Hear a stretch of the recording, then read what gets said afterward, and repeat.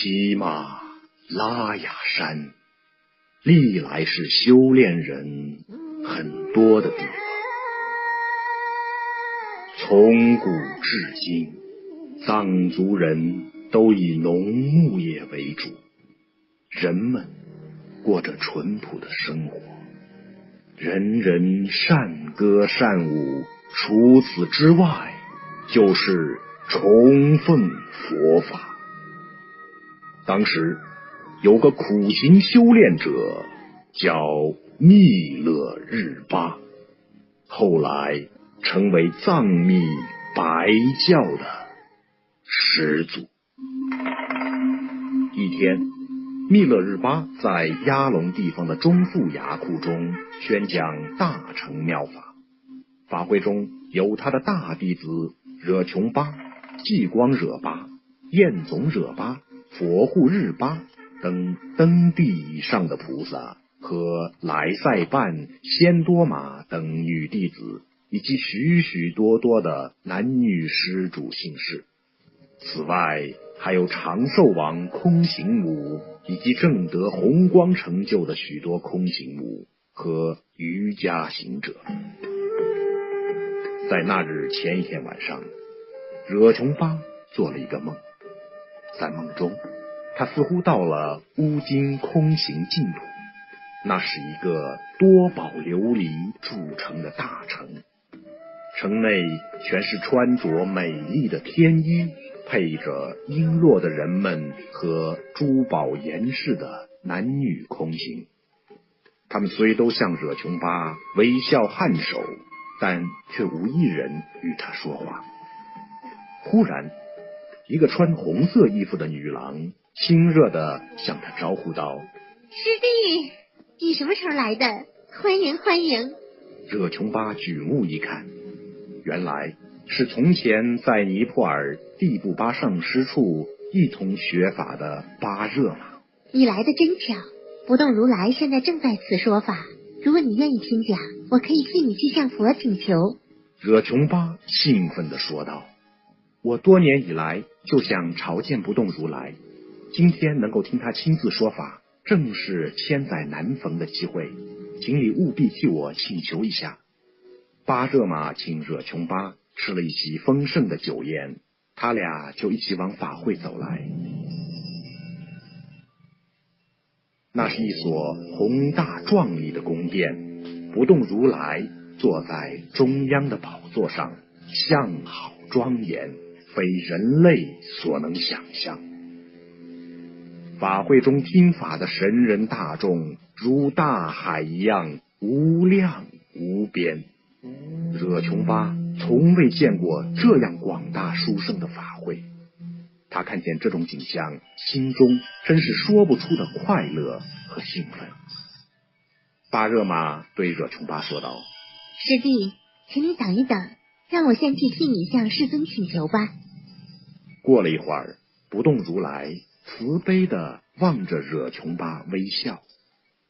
惹琼巴知道已经得到了许可，就向如来顶礼，在会中坐下来听法。那天不动如来讲的是过去诸佛菩萨的事业和传记，都是些动人心弦、可歌可泣的故事。最后不动如来又宣讲帝洛巴、那诺巴和马尔巴三位上师的生平事迹。惹琼巴从未听过如此详尽与动人的讲述。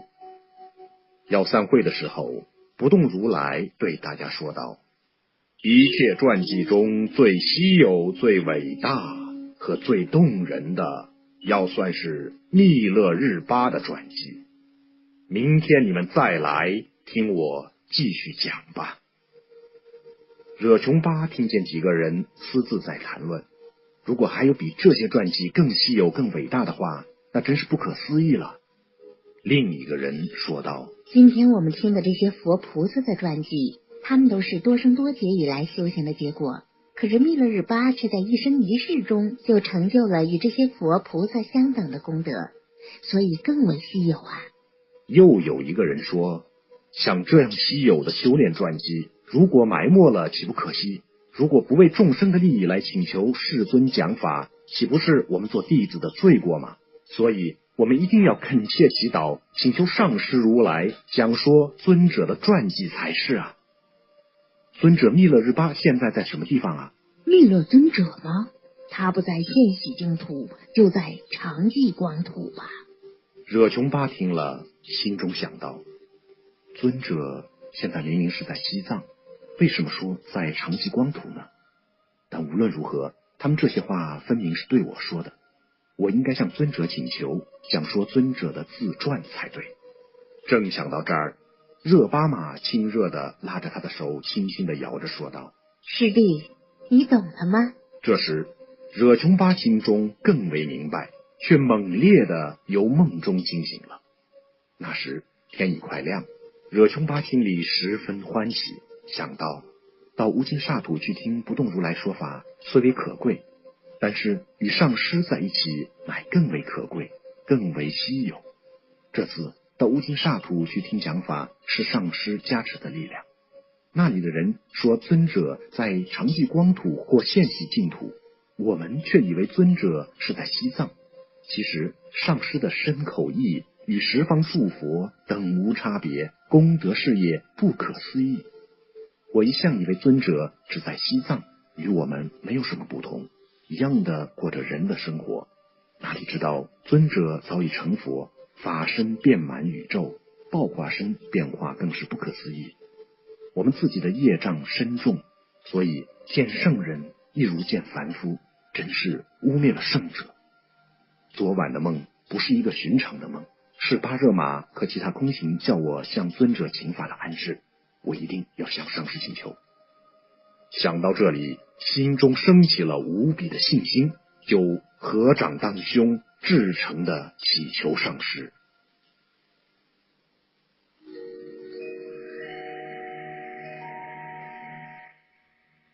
忽然间，光明一现，无尽刹土的庄严景象又呈现在目前。几个美丽绝顶、衣饰华丽的空行母鲜明耀目的走到惹琼巴的面前。其中一个空行母说道：明天要讲密勒日巴传了，我们一同去听吧。又一个空行母问：请法的是哪一个呢？另一个空行母一面向惹琼巴微笑示意，一面说道：那当然是尊者的大弟子了。其他几个空行母也都向惹琼巴凝厉微笑，他们都说：请求尊者说自传是自利利他的事，我们不但十分想听尊者的传记，同时也要帮着祈求尊者，请他垂赐慈悲讲述给我们听。以后我们还要守护弘扬这个经传，利益未来的友情。说完，他们便消失不见了。惹琼巴再醒来时，天已大亮。他想，这明明是长寿王空行母鼓励我去向尊者请求的表示啊。因此这天，惹琼巴便欣喜地来到至尊密勒日巴上师的面前参加法会，于顶礼问安完毕后，跪在尊者的前面，合掌当胸，向尊者请示道：上师老人家啊，过去无量诸佛为度众生的缘故，示现12种事业，以种种不可思议的方便广度众生。他们的稀有传记流传于世，令一切有情蒙益，佛法增盛。现在的蒂洛巴、纳诺巴、马尔巴等具大成就的上师，也都自说传记，广利有情，使徒众们都能成就无上佛道。现在也请上师您老人家慈悲，为我们徒众及未来有情讲一讲您的身世和一生经过的事迹吧。密勒日巴尊者听了，安详地说道：惹琼巴，我的事情你已经知道的很多了，但你既然问我，我就回答你。我的祖系是琼波，宗姓是觉塞。我最初习黑夜，后来行白夜，现在白夜黑夜都不做了，一切有为的作业已尽，将来什么事也不做了。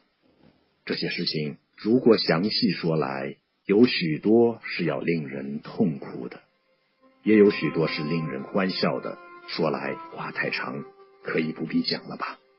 让我这个老头子闲散的休息休息。上士，惹琼巴跪在地上不起来，继续恳请。您老人家最初怎样精进的修善法，怎样的求佛法，又怎样修行，才达到现在法性净谛的境界，而彻证实相？请您详细的为我们说一说。您的祖系琼波，宗姓觉赛，但是您的姓却为什么会变成密勒呢？您为什么先做恶业，后来又修善法呢？那些令人可哭可笑的种种事迹，都请您告诉我们。这不仅是我一个人的请求，所有金刚兄弟和施主们也都渴望一听，请您慈悲吧。你们既然这样请求，我也没有什么可秘密的，我就对你们讲吧。我的祖宗琼波族世居魏地北方的大草原，祖父叫觉赛，是一个红教喇嘛的儿子。他是得到本尊加持的真言行者，具有真言咒术的大威力。有一年，他到后藏去朝山，行到藏地北方的俊波喜地方时，恰巧该地患鬼瘟。因为他的真言威力极大，平灭了许多鬼瘟，信仰的人越来越多。当地的人就要求觉赛喇嘛常住在他们那里，他于是就住了下来，最后竟在那里落籍了。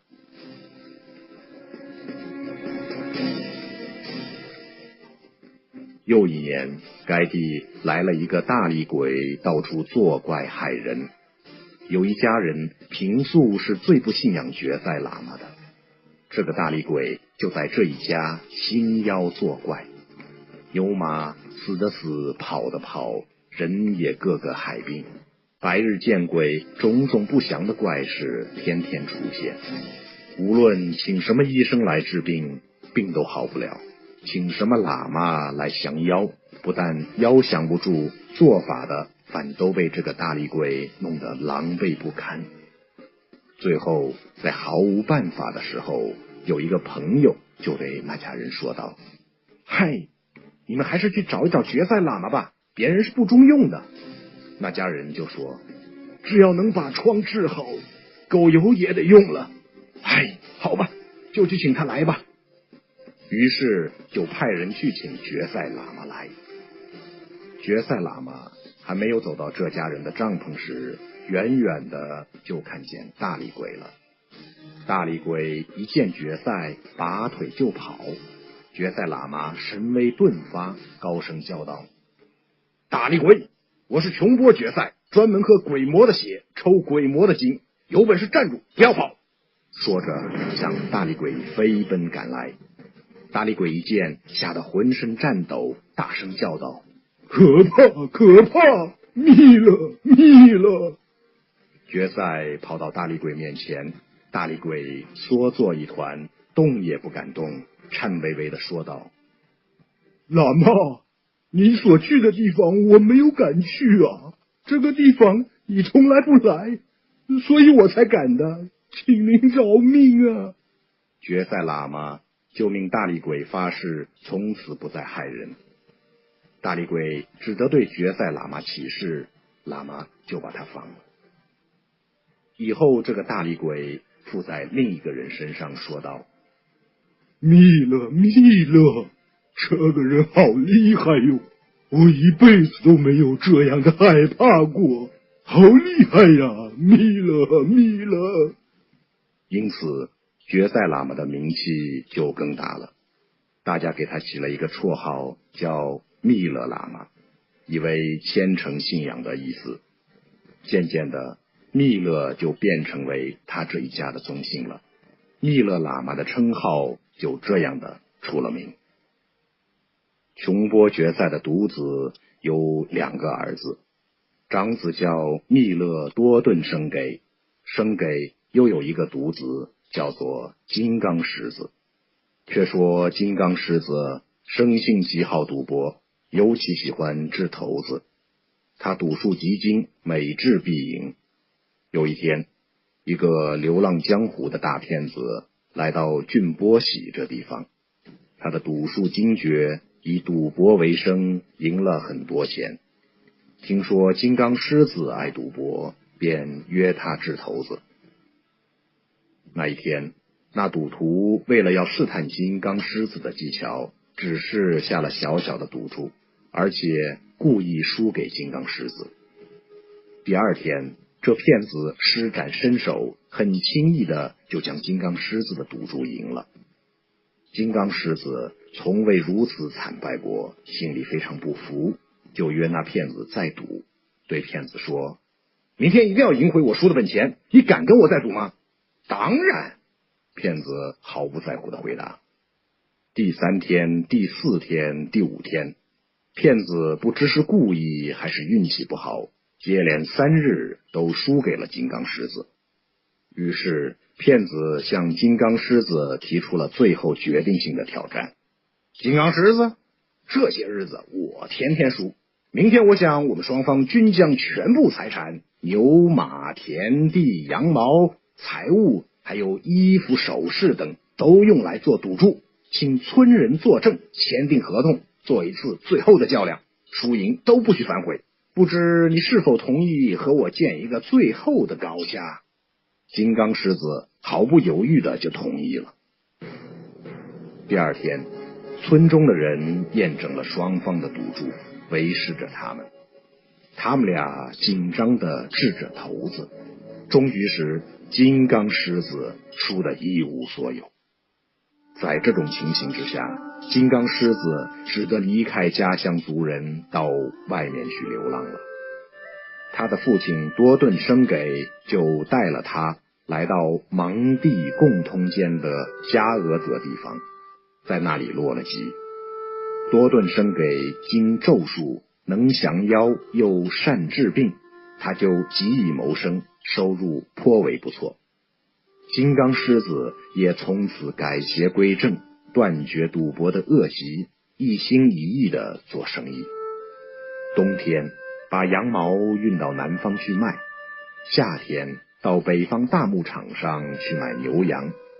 此外，又来往于共通及芒地之间，经营一些小本生意。辛劳的结果，居然又积聚了许多财产。金刚狮子后来与当地一个美丽的女孩结了婚，生了一个儿子，叫密勒奖彩。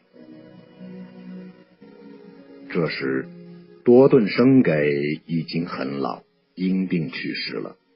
金刚狮子多年的辛劳逐渐富有起来，他用大量的金钱换得一块三角形的肥美沃田，并且因为那块地是三角形的，就命名为俄马三角田。此外，他还在近处买了一栋大房子。密勒奖彩到了20岁的时候，与白庄严母结了婚。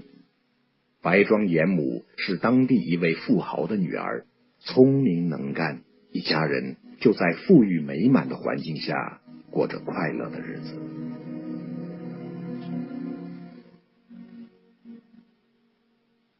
过了一些时光，他们在俄马三角田的旁边又造了一栋3层楼的大房子，房侧又建有一大库房及厨房。正像这块三角形的田因形得名一般，由于这房子有4根大柱子和8只大梁，便称它为4柱8梁屋。这时，密勒多顿生给的亲戚们在家乡听说金刚狮子在加俄泽非常富有，非常幸运，于是密勒奖彩的堂兄雍仲奖彩和他的妹妹琼查巴正也都迁居到加俄泽来了。密勒奖彩对于自己的亲戚非常爱护，竭力的帮助他们，借给他们钱，教他们怎样做生意。没有多少时候，他们也变得富有了。光阴过得很快，过了几年，白庄严母怀了孕。这时，密勒奖彩却正从南方办了大批的货物，到北方草原大牧场上做买卖去了。这年秋天8月25吉日，我的母亲，也就是白庄严母生下了我。母亲立刻差人送信给父亲密了奖彩，信上说：予已生一男儿，你应速归，为取名，并准备欢宴亲朋。秋收日期已近，盼你立回。送信人很快的就把信送到了，同时送信人又详细的把新生小孩和家中的情形陈述一番，催促我父亲早日回去替我取名字和庆祝。父亲心中异常喜悦，笑着说道：好极了，好极了，小孩的名字已经取好，我们密勒一家一共总是只生一个儿子的，我听见生了个男孩，真是高兴极了，就叫他文喜吧。于是父亲就匆忙的结束了买卖，赶回家来替我取名文喜。日后我长大了，喜欢唱歌，听过我唱歌的人无人不爱我的声音，所以大家都说文喜听见了就高兴，这个名字取得真是恰到好处啊。我4岁的那一年，母亲又生了妹妹。母亲先前说过，如果是个男孩就取名为共墨，如果是女孩就叫皮达。因为生的是女孩，所以就取名为皮达。我还记得妹妹和我小的时候穿的都是最好的绸缎，头发上总是满带着珠宝的饰物，家中出入的人都是有钱有势的，佣人也是一大群。这时加俄泽的乡人私自常说，这些远方来的流浪汉现在这样阔气，外面的马牛田宅，里面的粮食财富吃不完穿不尽，真是走运啊。大家对我们都羡慕而又妒忌。可是好景不长，这样美满的生活过得不久，父亲密勒奖彩就去世了。惹琼巴又问道：上师，您的父亲去世以后，您是不是受过很大的痛苦？听说您的遭遇是最困苦的，您能够讲给我们听吗？密勒日巴微笑地说道：好，我给你们讲吧。我7岁的时候，父亲生了重病，医生们都束手无策，算命的也说父亲的病是没希望了。亲友们都知道父亲已是沉疴难起，父亲自己也知道病势垂危，就决定在未去世前对我们母子3人和家产做一个处理。父亲将伯父姑母、远近的亲友以及我们的邻居们都请来，齐聚在家中，将他预先准备好的遗嘱在大众面前宣读一遍。遗嘱中详细说明，全部的财产应由长子继承。念完了遗嘱之后，父亲慢慢地说道：这一次我的病是没有好的希望了，我的儿女年纪都小，只有麻烦伯父姑母和亲戚朋友们来照料。我虽不是巨富，但也还有一笔相当厚的家财。在我的牧场上，牛羊马3种牲口都有。田地中主要的就是这一块俄马3角田，其他的小田多得不胜枚举。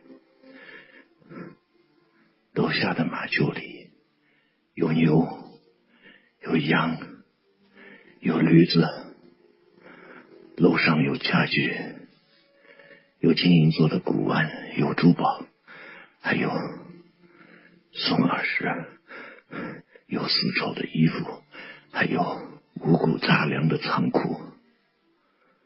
总之，我的产业是很充裕的，无需仰仗他人。在我死后，应以我财产的一部分来安置我的后事，其余的全部财产要请各位在场的人，特别是伯父姑母，帮助白庄严母他们母子3人照料一下，等到文喜成人娶妻的时候，就请把定妥了的接赛姑娘迎娶过来，结婚的费用应该和我们的身份相称。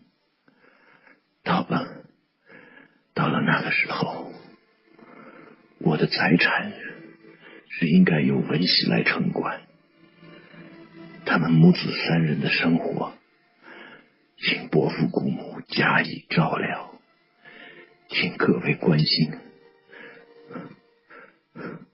不要使他们母子3人受苦。我死了以后，也是要从棺材缝里来看他们的。说完之后，他就撇下我们去了。